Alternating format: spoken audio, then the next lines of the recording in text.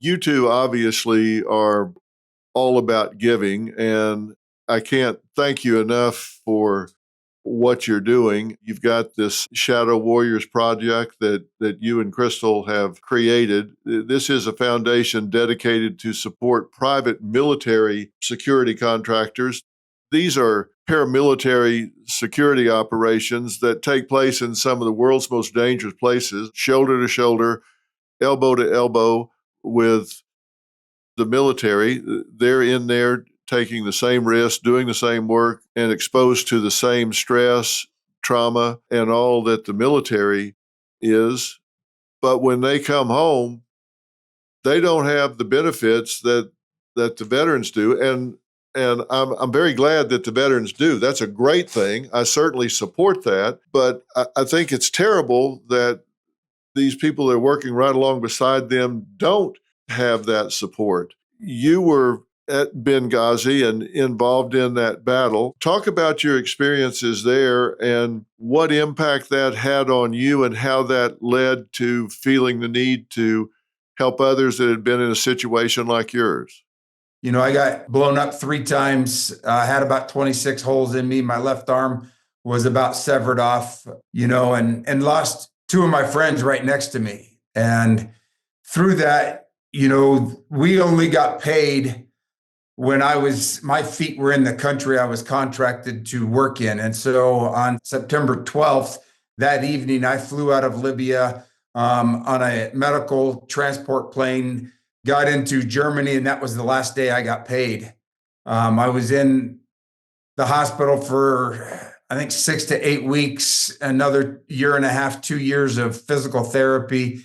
And what I had was a workman's comp claim, and that was it. And, it really opened our eyes to what those paramilitary contractors that work for the government go through and what they have to deal with. And we just didn't want that to happen to anybody else. We almost lost our house.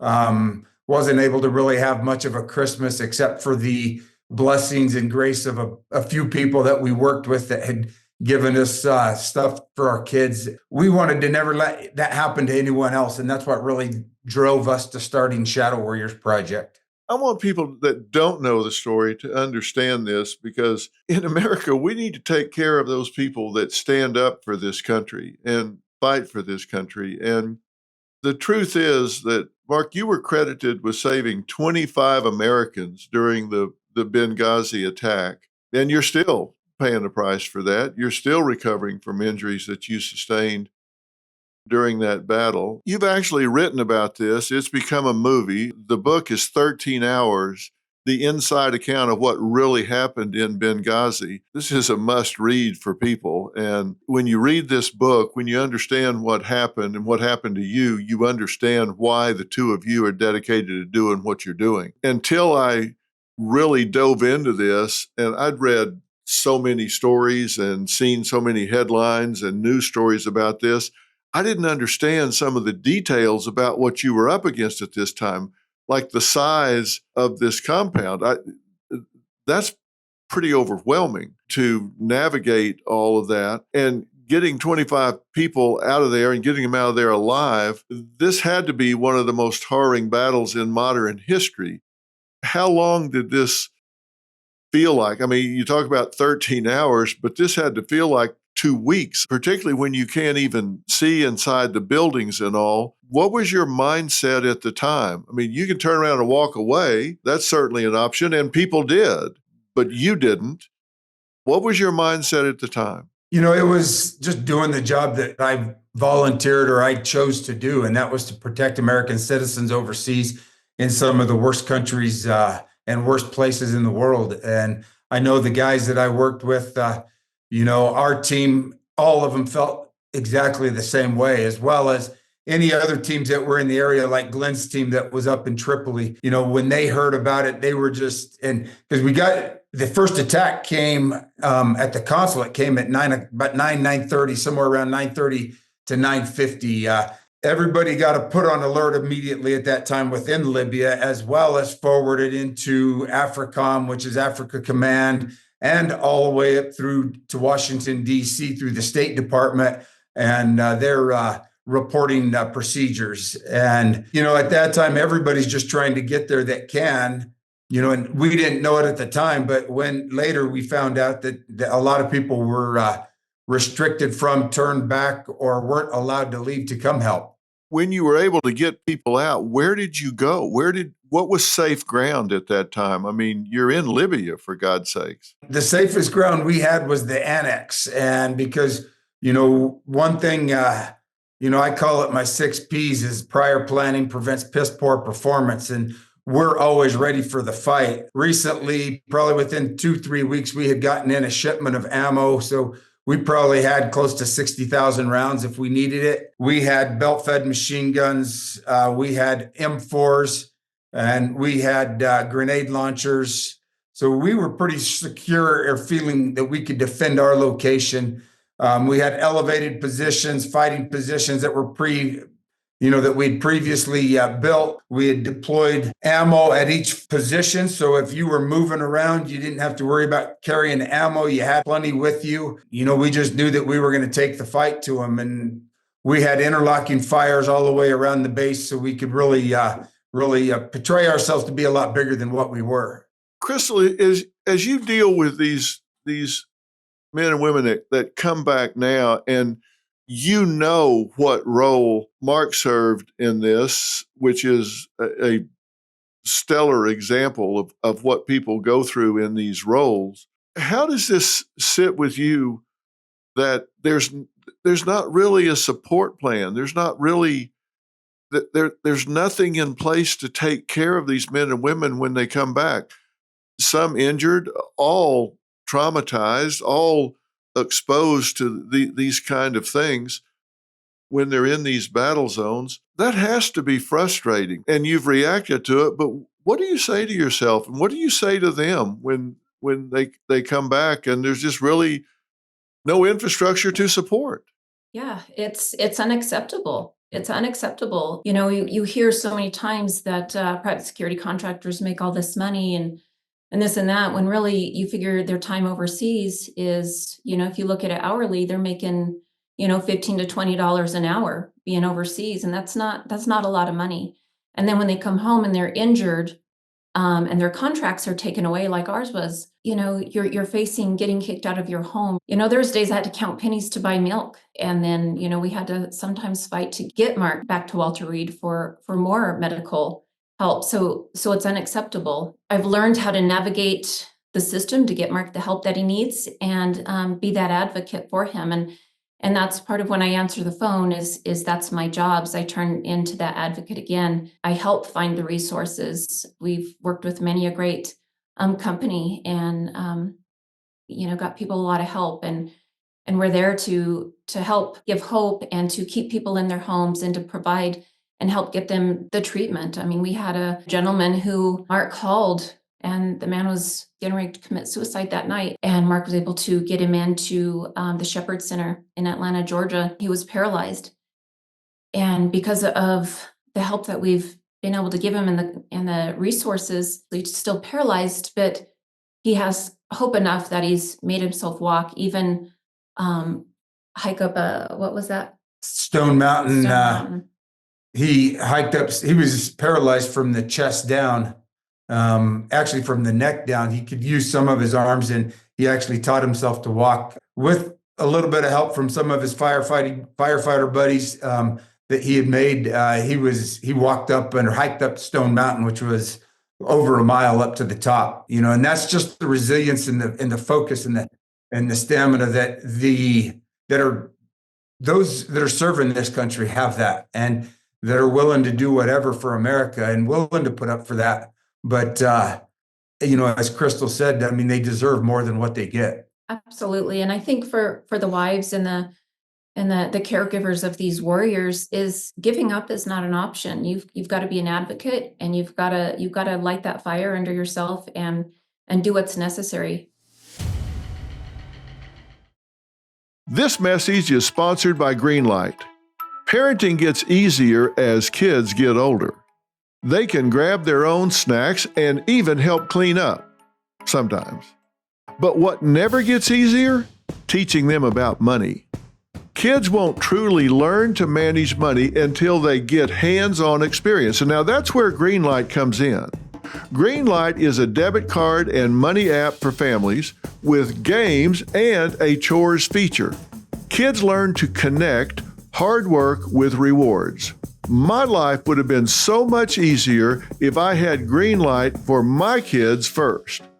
Greenlight is the #1 family finance and safety app, trusted by millions of families. Don't wait to teach your kids real-world money skills. Start your risk-free Greenlight trial today at greenlight.com/Phil. That's greenlight.com/Phil to get started. greenlight.com/Phil.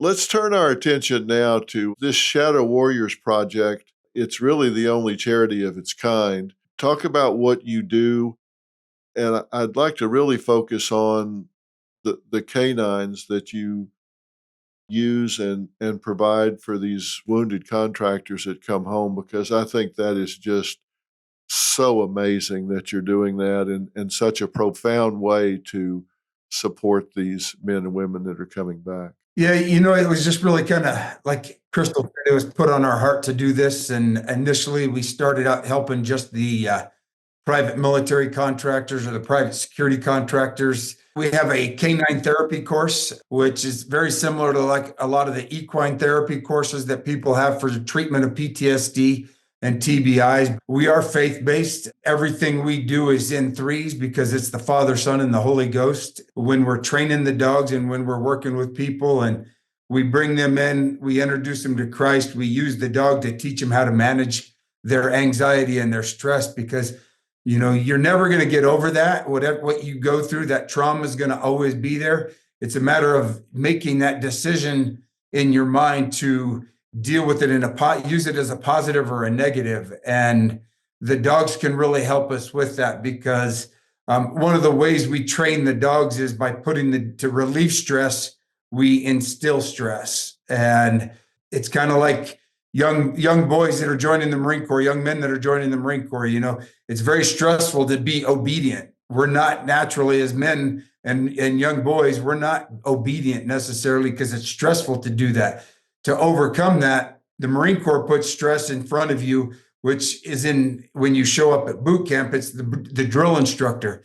And to keep from having him in my face yelling at me, I'll do whatever he says. And we kind of do the same thing with the dogs and with the guys and the gals that come through our program. We'll start, it's a 5-day program.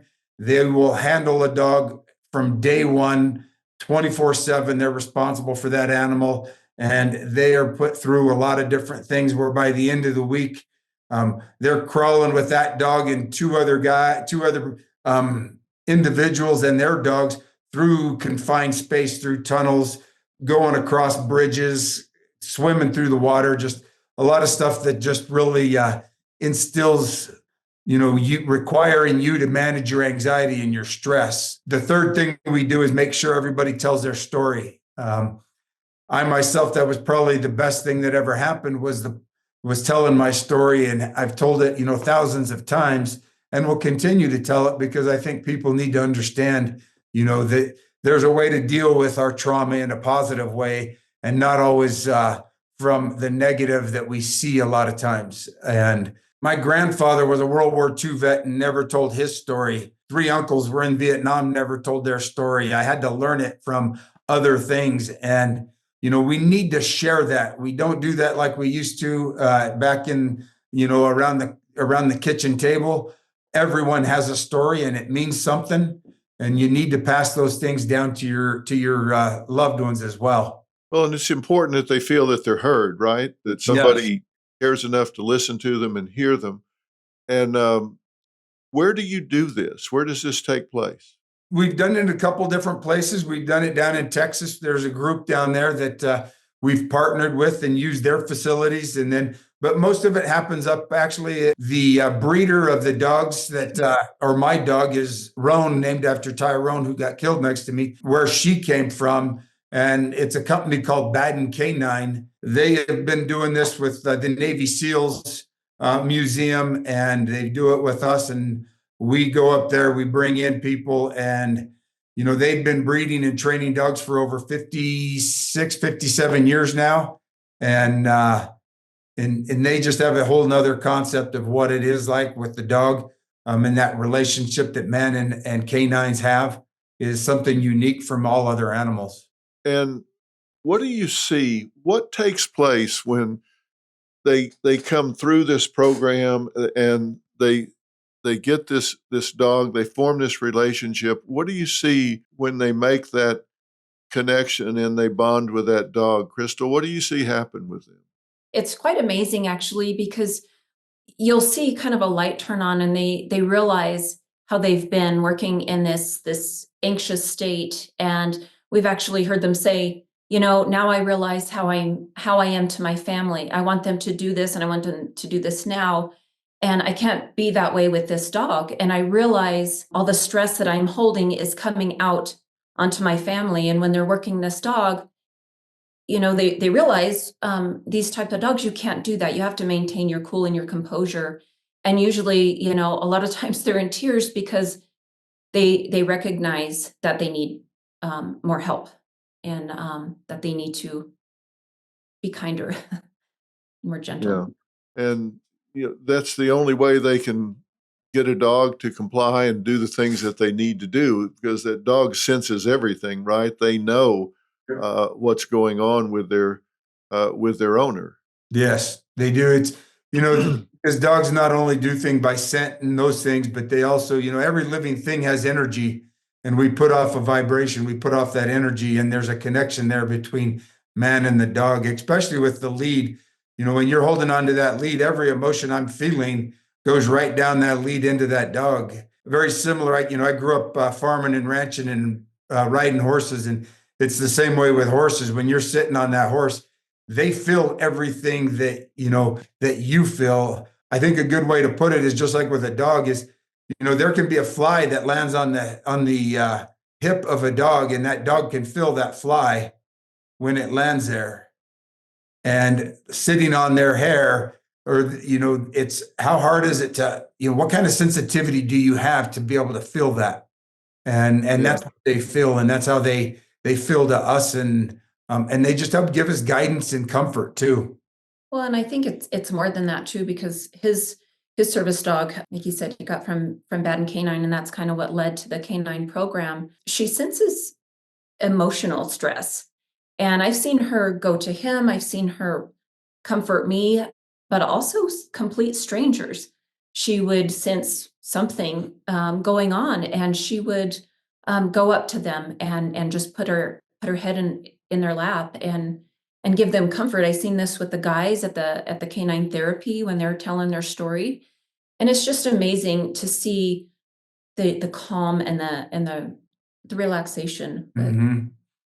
Yeah, a lot of times you'll see the guys in the middle of telling their story, and when they get to a difficult part, we're just kind of sitting around and just kind of like a team room setting, and Roan will be sitting beside me, and she'll jump off the table or wherever she's at with beside me, go over, jump up on beside that person, put her head in their lap, and their hand immediately goes to her without even missing a beat in what they're saying. But you can also then see that calmness come over them with that animal sitting there, and giving them that unconditional love that a lot of times they don't feel they can get from people. Yeah, there's nothing like it.